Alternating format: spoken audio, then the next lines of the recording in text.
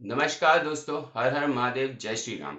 मोदी सरकार की सबसे बड़ी अचीवमेंट 2014 से लेके अब तक रही है कि इंडिया में इलेक्ट्रॉनिक्स मैन्युफैक्चरिंग, जहां 2014 में $29 बिलियन का इलेक्ट्रॉनिक्स प्रोडक्शन था, वहीं 2018-19 में ये $70 बिलियन तक पहुंच गया।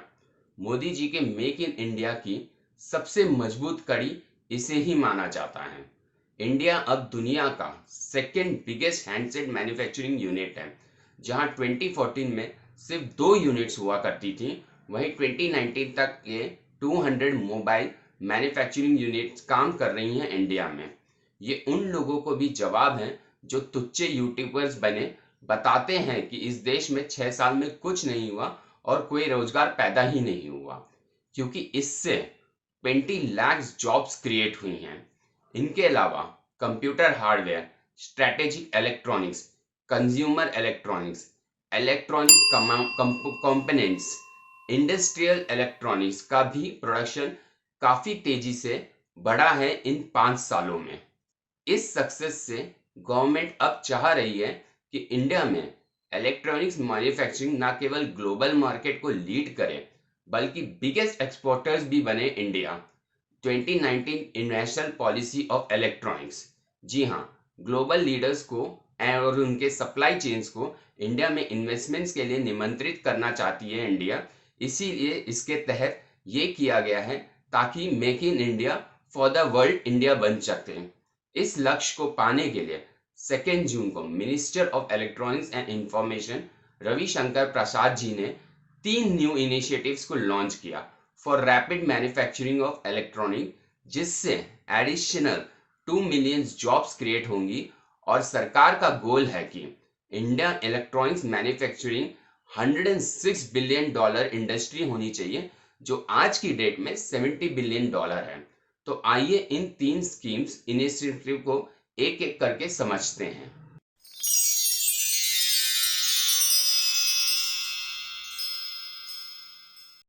प्रोडक्शन लिंक्ड इनिशिएटिव्स और पीएलआई। यूं तो इंडिया का लोकल प्रोडक्शन ऑफ इलेक्ट्रॉनिक्स ट्रेमेंडस था, पर ग्लोबल की कंपेयर करो तो इंडिया अब भी सिर्फ 3% ही प्रोड्यूस कर रहा था। मेन रीजन है lack of large capital investments. Indian firms जो हैं वो भी कोई खासा इंटरेस्ट इस फील्ड में नहीं लेता, इसीलिए सिचुएशन और भी वर्स बन जाती है।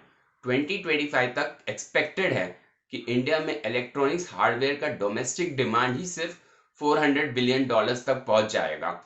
और ऐसी सिचुएशन ठीक नहीं हुई तो इंडिया को इंपोर्ट का ऑप्शन देखना होगा, जिसमें अगेन काफी पैसा खर्चा करना पड़ेगा इंडिया को। पीएलआई स्कीम के अंडर सरकार कुछ सेलेक्टेड फर्म्स को फाइनेंशियल इंसेंटिव्स देगी, जो certain amount of money invest करेंगे अगले 5 साल के लिए। इंसेंटिव 4 से 6% रहेगा of incremental sale with base year 2019-2020। इसमें पहले उन फॉरेन कंपनीज को सबसे पहले सेलेक्ट किया जाएगा जिनका ग्लोबल मैन्युफैक्चरिंग रेवेन्यू 10,000 करोड़ या उससे ज्यादा है, क्योंकि कोशिश है मेजर प्लेयर इन्वेस्टमेंट्स करें।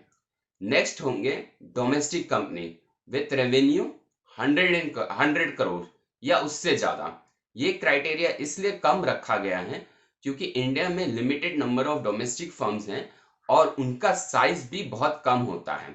और तीसरी प्रायोरिटी होगी उन ग्लोबल फर्म्स की जिनका रेवेन्यू सिर्फ 50 करोड़ हो। Incentive incremental sale multiplied by rate of incentive in that year होगा। मिनिमम इन्वेस्टमेंट एलिजिबल होने के लिए ₹1000 crore in 4 years until 2024-25 for foreign mobile phones manufacturing होगा। ₹200 crore for domestic mobile phone companies होगा और ₹100 करोड़ फॉर कंपोनेंट्स मैन्युफैक्चरर्स होगा। फॉरेन और domestic जो भी हो, जो भी मतलब कंपोनेंट्स मैन्युफैक्चरर करते रहूं।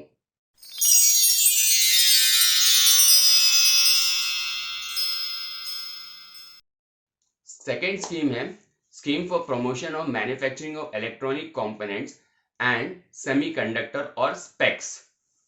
मोबाइल मैन्युफैक्चरिंग इंडिया में बूम जरूर कर रहा है, पर एक झोल है इसमें।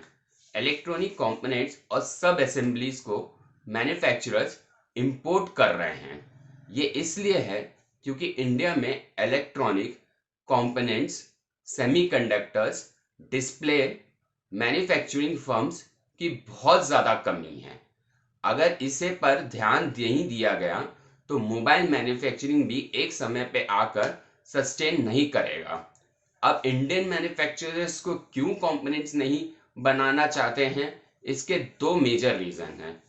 एक, सेमीकंडक्टर कंपोनेंट्स के इंपोर्ट पर जीरो ड्यूटी है, और दूसरा, इंडिया में सेटअप करना कॉस्ट काफ़ी हाई हो जाता है, इनएडिक्वेट इंफ्रास्ट्रक्चर है, वगैरह वगैरह ऐसी प्रॉब्लम्स हैं। तो गवर्नमेंट ने under specs certain electronic firms को 25% इनिशिएटिव्स देने का सोचा है, जो कैपिटल एक्सपेंडिचर कंपनीज करेंगी अपना सेटअप इंडिया में डालने में। तो गवर्नमेंट एक तरह से देखा जाए तो 1/4 एक्सपेंडिचर का बोझ उठाएगी उन फर्म्स का जो इंडिया में प्लांट, मशीनरी, इक्विपमेंट्स, आईटी, आर&डी पर खर्चा करेगी। इसमें नए फर्म्स और एग्जिस्टिंग फर्म्स जो एक्सपैंड करना चाहें वो भी शामिल रहेंगे। फर्म्स अलग अलग कंपोनेंट्स के लिए आवेदन कर सकेंगे।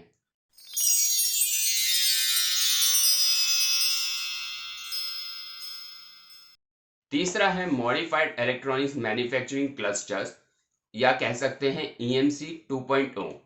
इंडिया में सबसे बड़ी प्रॉब्लम जो फर्म्स फेस करते हैं वो है lack of infrastructure and needed facilities. EMC 2.0 इस प्रॉब्लम को सॉल्व करेगा। सरकार उन कंपनीज को फाइनेंशियल इंसेंटिव्स देगी जो electronic manufacturing clusters where quality infrastructure होगा उन्हें बनाती हैं। मिनिमम एरिया इन फर्म्स को जरूरत होगी 200 एकड़ की, जिसका 70% यूजेबल होगा, बाकी roads, green area, sewage etcetera होगा। 70% एरिया सिर्फ मैन्युफैक्चरिंग के लिए ही डेडिकेटेड रहेगा इन क्लस्टर्स में। मिनिमम इन्वेस्टमेंट फर्म को 300 करोड़ का करना होगा और government will finance half of the project capped at 350 crore. तो अगर कोई फर्म 600 करोड़ इन्वेस्ट कर रही है तो गवर्नमेंट इंस्टॉलमेंट्स में 300 करोड़ एज एन इंसेंटिव उसको वापस देगी। लेकिन कोई फर्म 900 करोड़ इन्वेस्टमेंट करती है तो क्योंकि कैप्ड 350 करोड़ है तो उसे सिर्फ 350 करोड़ का ही इन्वेस्टमेंट मिलेगा। तो इन तीन स्कीम से मोदी सरकार इंडिया को world largest electronic manufacturing hub बनाना चाहती है, जहां मिलियन जॉब्स तो क्रिएट होंगी होंगी, वहीं 5.8 लाख करोड़ फॉरेन एक्सचेंज भी सेव करेगा India. India already mobile manufacturing handsets, LCD, LED TVs, other LED products, auto electronics, medical electronics, industrial electronics, strategic electronics जो डिफेंस इक्विपमेंट में भी यूज होता है, एंड टेलीकॉम प्रोडक्ट्स में अच्छा ग्रोथ देख रहा है आजकल। ये तीन स्कीम्स इसे फर्दर बूस्ट करेंगी। So let's hope for the best. Video आपको कैसा लगा है कमेंट सेक्शन में जरूर लिख के बताइए। आपके कोई प्रश्न हो तो उनको भी लिखिए, और अगर अच्छा लगा है तो लाइक एंड शेयर करना ना भूलें। साथ ही साथ अगर आप चैनल पर नए हैं तो सब्सक्राइब कर लीजिए। धन्यवाद दोस्तों।